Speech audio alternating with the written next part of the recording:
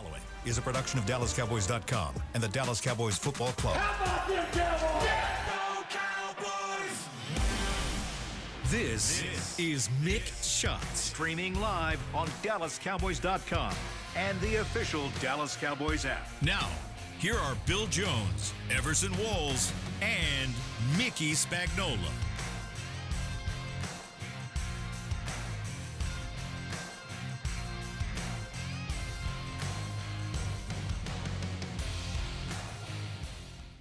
It is a Tuesday inside the SWBC podcast studio. There you go. At the Star in Frisco, and this is one of the biggest days of the year. Do you know why? Tell me, Bill. Because this is Meet the Teacher Day.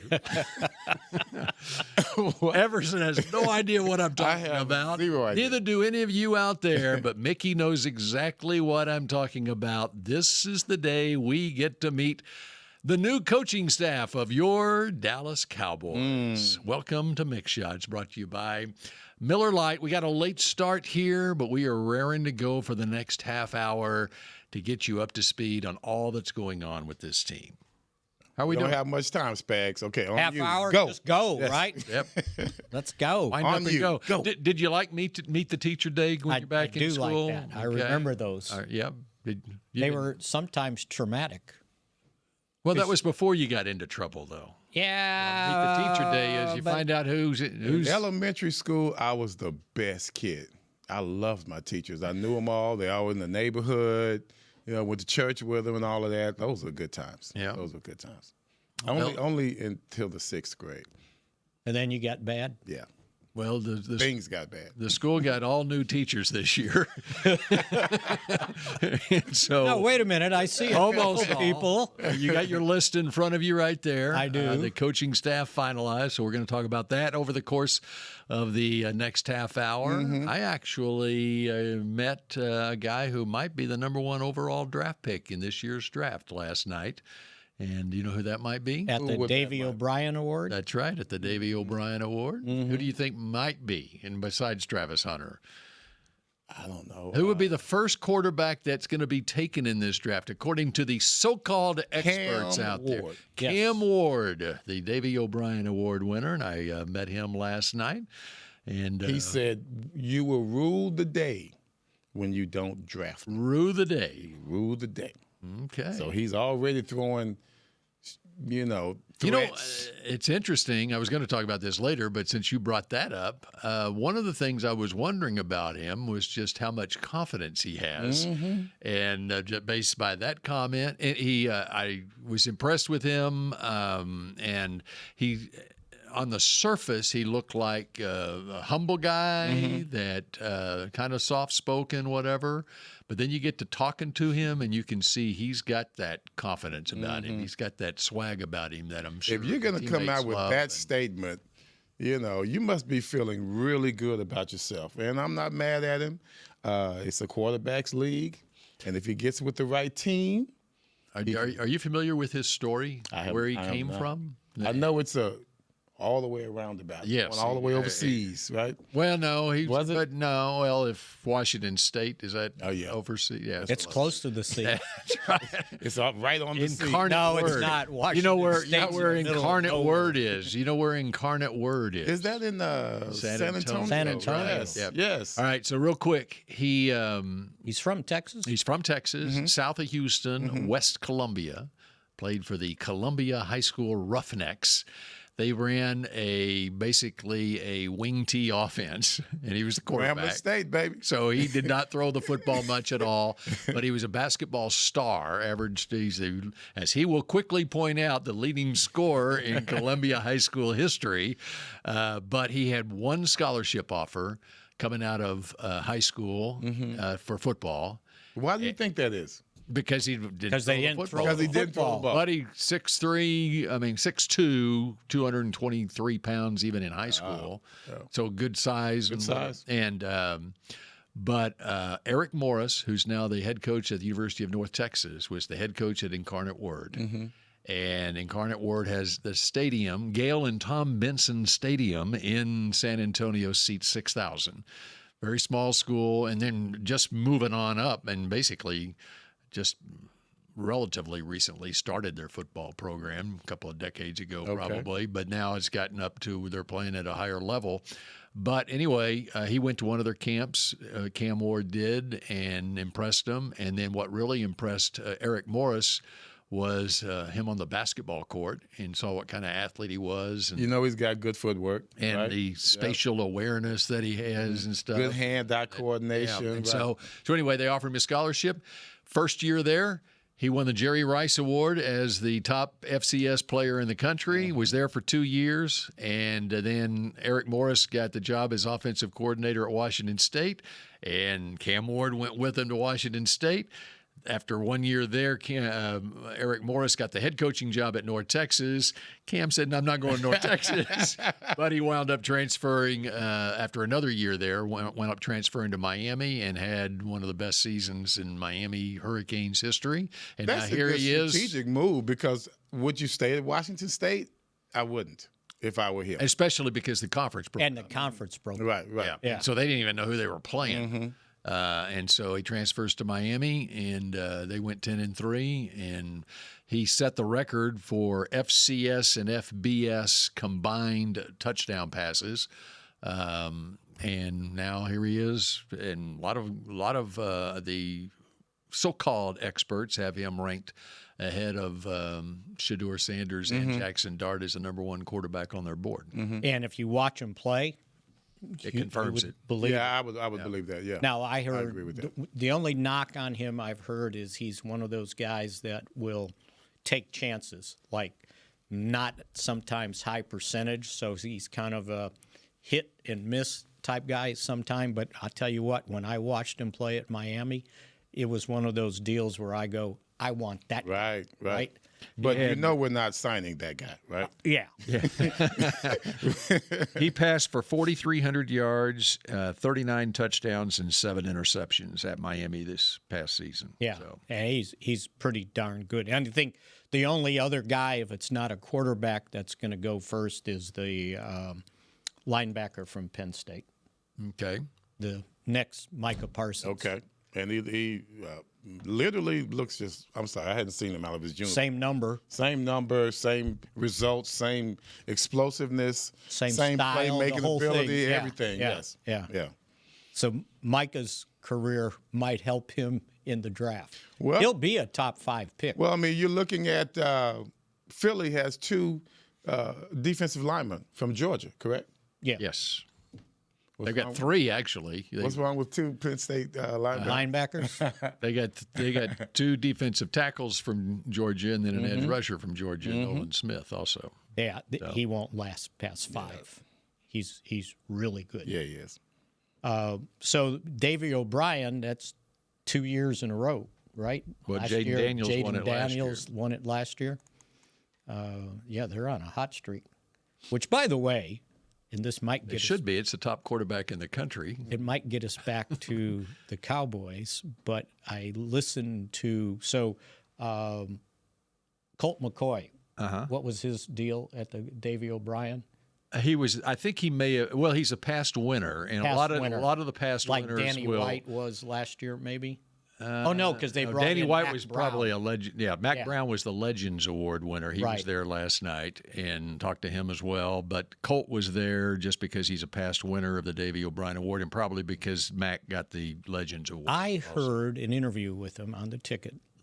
I didn't realize he made it 14 years in the NFL.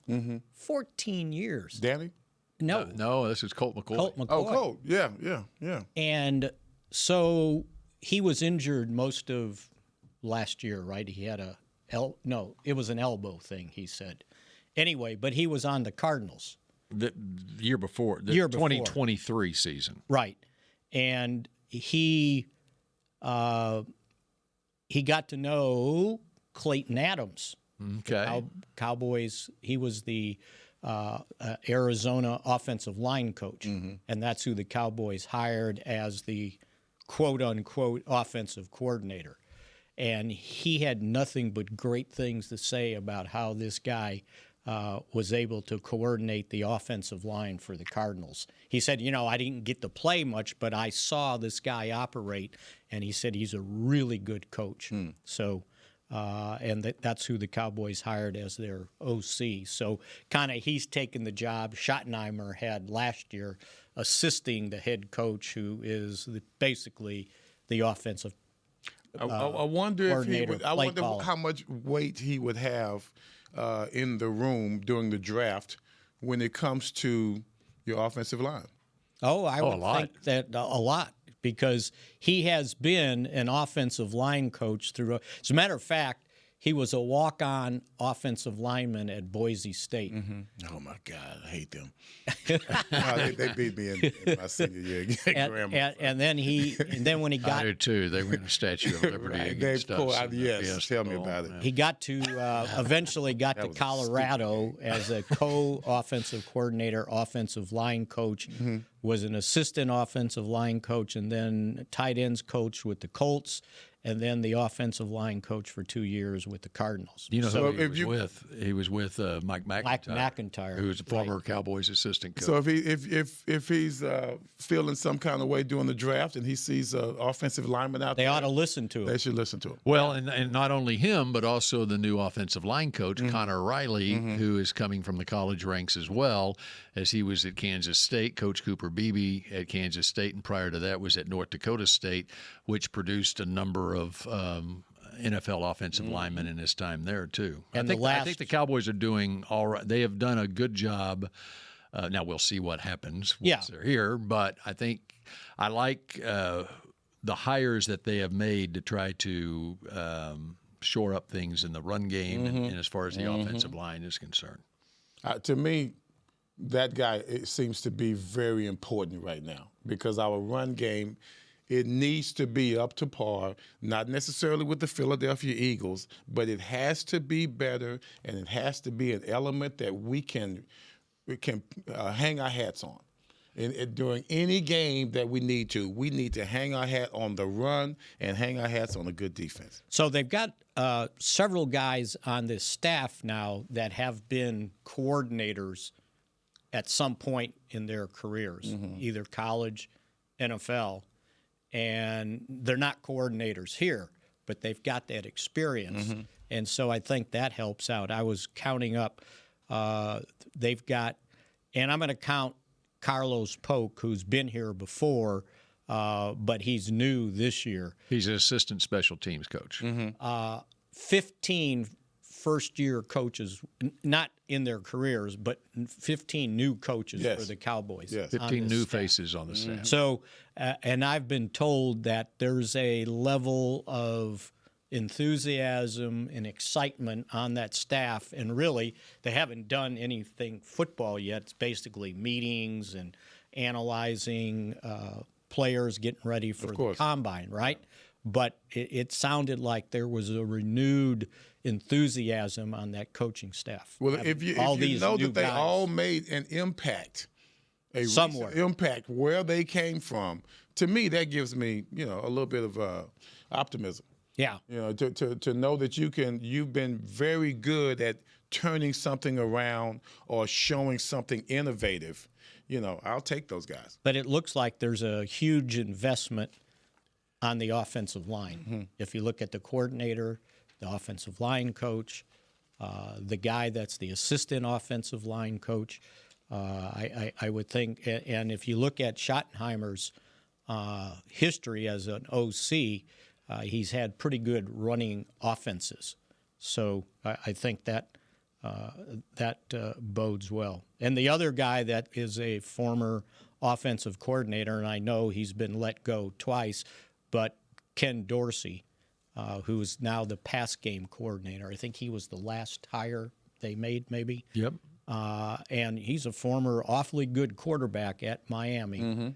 And then he ended up being the OC at Buffalo, and then this last year at Cleveland. So they've got a lot of experience, maybe not in the title they have, but elsewhere in football. Well, when you start talking about offense, they're starting with the offensive line, And so what about defense? Any changes? Well, Matt Eberflus, head coach of the Bears. So now you got a former coordinator with the Colts, head coach with the Bears, coming back with you as your defensive coordinator. So I think, that's another one that's I think bodes well for having that kind of experience on the staff. He's got 17 years of experience in the NFL. The linebackers coach who started here, Dave Borgonzi, he's been in the league 15 years. This one caught my eye. Andre Curtis, defensive pass game coordinator, safeties, 20 years of NFL experience. And the defensive line coach, Aaron Whitecotton, 13 years in the NFL. So it wasn't like they're bringing in all these newbies, right? They have brought in some guys that have experience in the NFL. And several of those coaches have been with Eberflus for a number of years, most recently at Chicago, and some of them go way back with him. Curtis was with him in Chicago. He was also on the staff as the pass game coordinator in Seattle when Schottenheimer was there, so there's a familiarity there. What I remember about Eberflus is how well his defense has always played and how he has always had playmaking defensive backs. In Chicago. Right. And he was here first as the linebackers coach and had been a defensive coordinator in college at Missouri, by the way. So we won't hold it against him. He had pretty good defenses, by the way. And not to mention also the special teams coach, Nick Sorensen, was the defensive coordinator for the 49ers last year. Yeah. So they've got some, when you put together a staff, it's difficult. You don't have carte blanche treatment out there, right? I just get who I want. Right. You find somebody you want, but are they available? And it doesn't always work out that way. And will it fit? And they've got to fit. Right. And a lot of these guys came from college, too. So you've got some guys that, kind of been in the college game also. So new ideas. It's almost like Jimmy Johnson coming in with his right. Exactly. In fact, that crew came I did the research on it. The average age of this new coaching staff is 41 years old. Okay. And last year, the average age was 46 years old. Okay. So on average, 5 years younger. Okay. That's across the board. I mean, you're talking a 25-man coaching staff, basically. Yeah. Okay. As far as the coordinators are concerned, head coach and coordinators, the average age on this staff with Schottenheimer, Eberflus, Clayton Adams, Nick Sorensen is 48 years old. And the average age last year with Mike McCarthy, Mike Zimmer, Schottenheimer, and John Fossel was 57 years old. They're 9 years younger as far as the coordinators go. Get this. You mentioned Jimmy. Okay, I went back and looked at because we talked about it a week ago, the young staff that Jimmy brought in. Of course, they had been together at Miami, most of those guys, Dave Wanstead, Butch Davis, and Tony Wise. Some of them at Pittsburgh. Yeah, that's right, and Oklahoma State also. The average age of that coaching staff was 43 and a half years old. Okay, and this one's 41 years old. And it was only 43 because of Dick Nolan. Actually, that's out of whack. I take that back. Out of whack. I didn't look at 19 because there were some of the veteran guys that there was Alan Lowry was another one that was still on the staff in '89. Right, who was a holdover. But I went and looked at the Super Bowl year, 1992. Okay. So this was not when these guys were hired. They had 3 years experience in the league by then. The average age was 43 and a half. Guess what the average age of the Philadelphia Eagles coaching staff was last season, 2024? 43 and a half years old. Oh, okay. The same average age as the Jimmy Johnson staff. So there's the sweet spot right there. You want your coaching staff to be in their early 40s. It helps average. when the head coach is not 60 years old. Right. That's true. starting right But there. he's only counting one of those 25. That's right. I know. It kind of throws it off, though. Yeah. But even the average age of the coordinators, when Jimmy was coordinators and head coach, they were all late 30s, early 40s. I mean, even Norv, was in that same Eberflus he's the oldest? He's 54, 55 years old. Mm-hmm. Yeah. Yep. And so he is. Now, Schottenheimer's 51. And Sorensen's in his 40s. And Adams is likewise. Yeah, because Adams is 42. He just turned 42. Right. So, it's a kind of a new. Sorensen's 42. It's a new, young, energetic, I would imagine, coaching staff. Mm-hmm. All right, we got to take a break here. We got more mix shots in just a moment. Our only break. Cowboys football and Miller Lite. What a pairing. Can cracks at kickoff. Tailgates going way past postgame. Sunday night overtimes followed by Monday morning swagger. Brisket in the smoker. Miller Lite in the cooler. America's team playing America's greatest sport. Miller Lite, the only beer of the Dallas Cowboys. Dallas Cowboys football tastes like Miller time. Celebrate responsibly. 2023 Miller Brewing Company, Fort Worth, Texas. How do you tell the world about all the great gifts in the Yeti store? Let her rip, Troy. All right, folks, let's get started with the Yeti French Press. Enjoy coffee that stays hot for hours in a French press. 34 ounce for you, 6'4" for the cruise. The Yeti French Press. Hot mix waterproof bags. Bags waterproof. Submersible waterproof doubles. Waterproof bags. World's mostly water, so get a waterproof Yeti bag. Do I smell something cooking? Oh, new cast iron skillets made to be passed down like Mama's recipes. Take a steak, cornbread, cobbers, pot pie, and potatoes, and next level with 3 sizes of Yeti cast iron skillets. Gear, gifts, and product experts. Visit the Yeti store on McKinney Street and at South Lake Town Square today. Hey, Cowboy fans, I'm Dak Prescott, quarterback of the Dallas Cowboys. But lately, I've been learning a new game, crypto. Sound confusing? Don't worry, even us pros were rookies in crypto once. That's why I trust blockchain.com. They make crypto easy. No confusing jargon, just the tools to help you win. Prescott keeps it, slides with a first down. Invest like your icons, where everyone is a rookie in crypto with blockchain.com. Perfect throw, my goodness. Wow, did he ever thread the needle. Visit blockchain.com/cowboys to get started. The Medal of Honor is our country's highest military award for valor in combat. More than 40 million individuals have served in the armed forces since the Civil War. Fewer than 4,000 have received the Medal of Honor. The National Medal of Honor Museum will be a place to preserve these legacies and inspire America. It's being built right next door to the Dallas Cowboys in Texas. Help us honor our country's greatest heroes. Learn more and get involved at mohmuseum.org. Back to mixed shots. Come on out to AT&T Stadium on February 22nd for the Monster Energy AMA Supercross Championship Series. Watch the world's best two-wheel racers converge for one night of nonstop action. Enjoy unprecedented access to the sport's biggest stars with an up-close view of their race bikes and team rigs at FanFest. Tickets are on sale now at SeatGeek.com, the official ticketing partner of AT&T Stadium.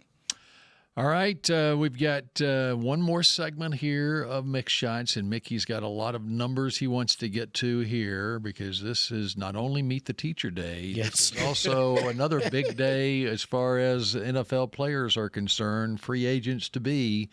This is Franchise Tag Day. Franchise Tag Day, February 18th through March 4th. So any player that's headed towards unrestricted free agency, you could slap the franchise tag and that's what it feels like too. Tender. So I'm listening to some national shows, and they're talking about Micah Parsons and what the franchise tag is. And I'm like, yeah, they don't know. He's on his fifth-year option. He's not eligible for the franchise. He's not a free agent to be. I have no idea. I didn't know it, but they should know it. I didn't know it. And so this does not apply this year to Micah Parsons. And because he's on a fifth-year option, which is around $23 million. 24 million. Yeah. Yeah. And the franchise tag for just looking at this year or going next year, if you couldn't get a long-term deal done with them, Linebackers, $27 million. It has gone up dramatically. So if you can't get a deal done, if you couldn't get an extension done before free agency in 2026 or even this year. Yes. This year, everybody's like, well, they got to get this done. Well, yeah, but he's going to count $24 million either, for sure. Mm-hmm. So I've got the history of it right here. At a certain point, and I'm looking back when that point was, this is going back to 2021, the year that Micah was drafted. Okay, if you played edge rusher, you wanted to be listed as a defensive end, right? Not an outside linebacker, because, and this as an example, the franchise tag value in 2021 for a defensive end was a $16 million salary. For a linebacker, it was $14.7 million. And so I remember when Micah came into the league, he wanted to be referred to as a defensive end. Did he know? Was he aware? Oh, yeah. Micah's aware of everything. And so, but in the time that Micah has been in the league, things have shifted. In fact, the next year in 2022, linebackers, the franchise tag was slightly more than a defensive end. And now it's gotten to the point, as Mickey just pointed out, where a linebacker, it's $25 million. That's the right number. I'm looking at the right thing, right? So it's the franchise tag for this year, linebackers, what I got was 27. Oh, 27. Yes. Wow, okay. So Spotrac does not have it updated. What does it have for defensive ends? 24/7. Okay. So here's what's happened. These pass rushers are playing in 3-4 defenses, and they're technically an outside linebacker in a 3-4, but they're pass rushers. That's right. And once they go to nickel, covered one man they're out a the backfield. defensive end, right? Yeah. But that's what's caused this explosion with the linebacker franchise tag. And I don't understand why they don't differentiate between an outside linebacker and an inside linebacker. Right. You would never tag an inside linebacker because the inside linebacker has the same tag number as an outside linebacker, right? Which is way more than what inside linebackers are getting paid. And which has happened on the offensive line. Because they just list offensive line. Mm-hmm. They don't put tackle, center, guard, right? They need because the guards aren't getting of paid. Course not. Right? Yeah. No. That's when they really point them out when it comes to getting paid. Oh no, he's a guard now. But now you're paying. Now they know. But you're paying big bucks for the tackles. Yeah. And so that ups everybody else. What do you got for a running back? Running back. That's one of the first things I looked at. $13.6 million. Okay. So if you were to predict who we were going to put on franchise if we have this year, yes, who do you want franchised? Well, there's 21 unrestricted free agents. Okay, give me names. No, I'll give you one name. It's a mix the one that everybody says they have to resign. Right. Osa Odigizua. Right. And so the defensive on the defensive line. Defensive tackle. What do you have? I've got for defensive tackle $23.46 million franchise tag.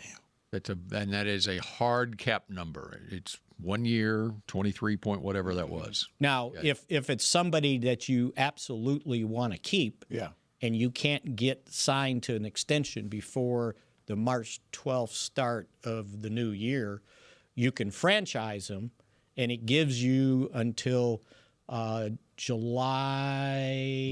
sometime 15th to sign them to an extension, as long as you've tagged them.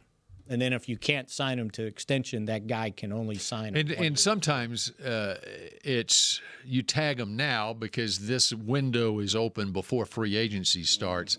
You tag them now, and then it gives you the early time of free agency leading up to it. You're still working on a deal.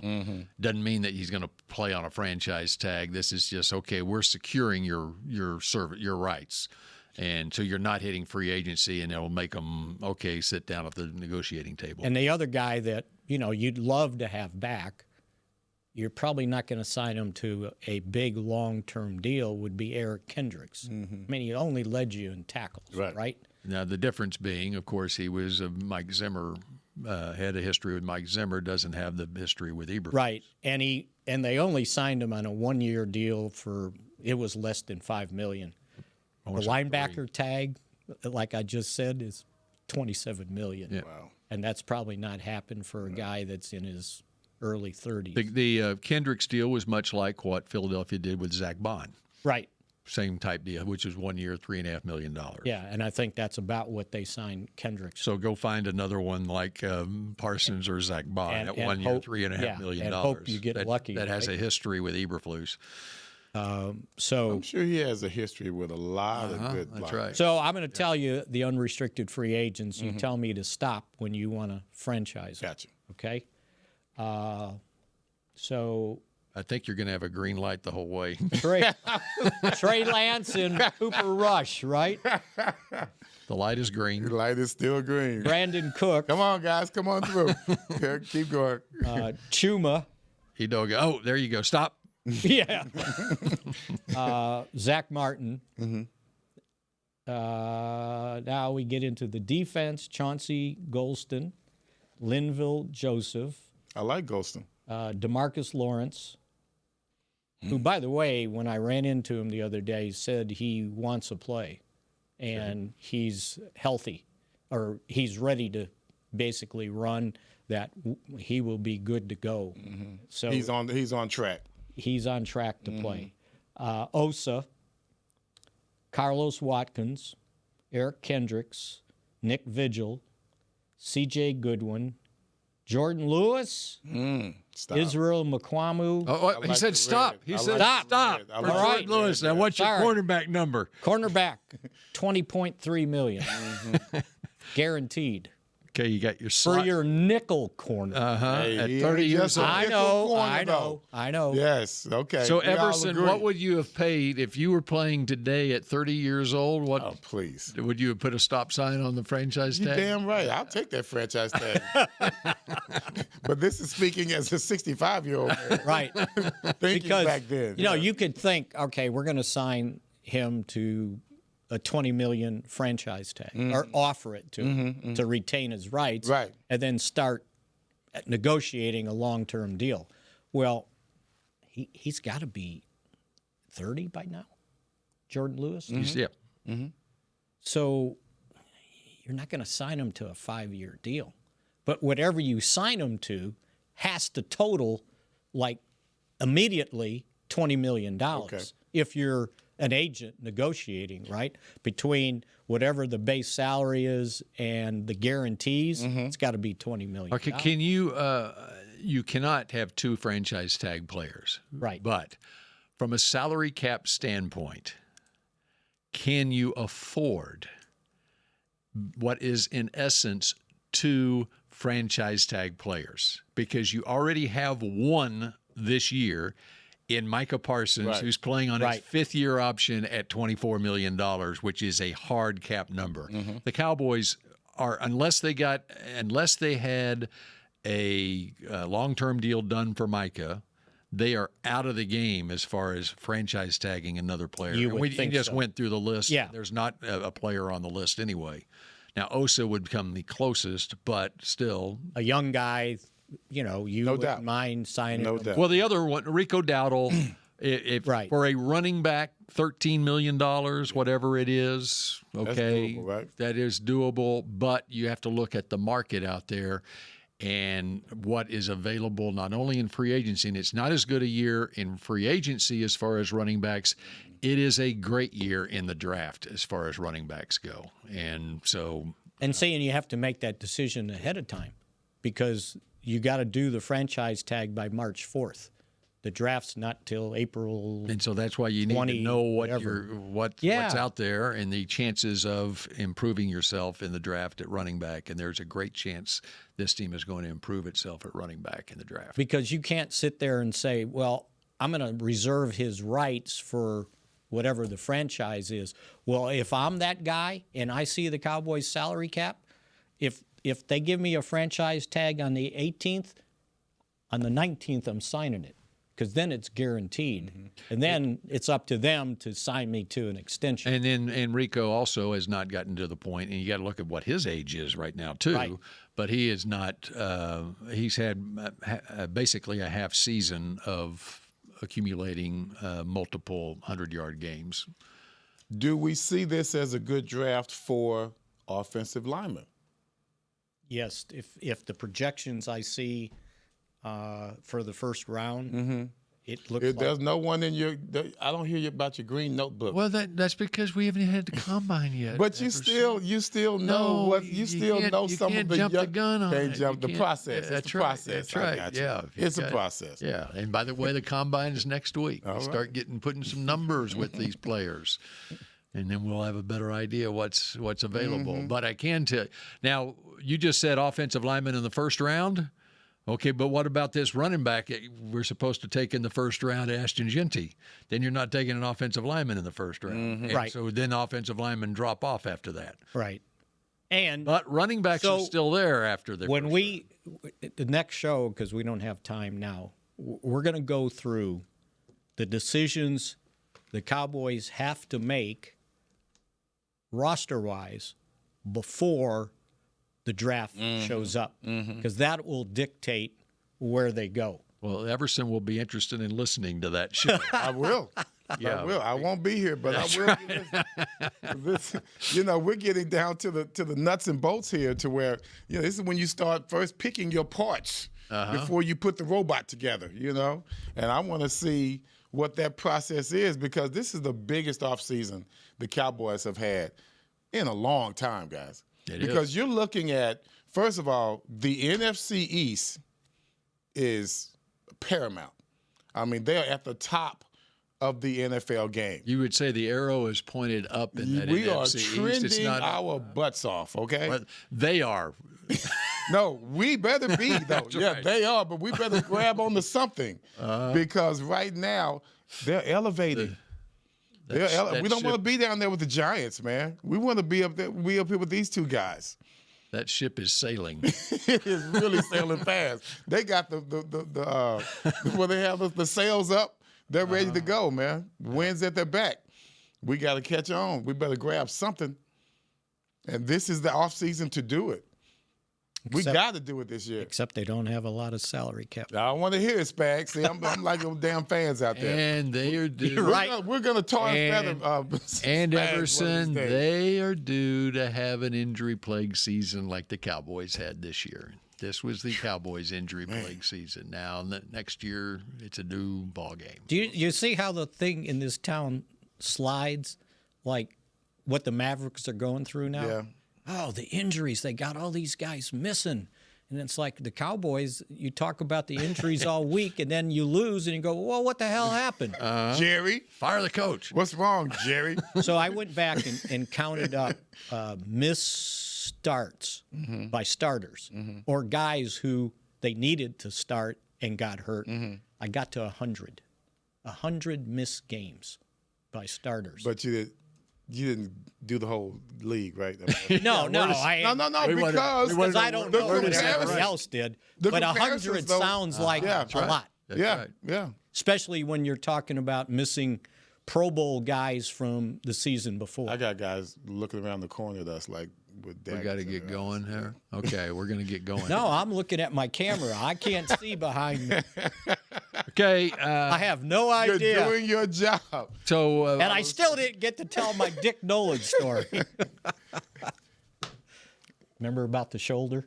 Oh, yeah. Okay. Next Do week. it next time. Yeah. Okay. That does it. We'll see you Talk again. about innuendos. We're back Monday Talk about at innuendo. 11 a.m. Yes. Some of us will be here for the next edition of Mick Shots. Go Cowboys. This has been a production of DallasCowboys.com and the Dallas Cowboys Football Club. How about this, Cowboys? Yeah!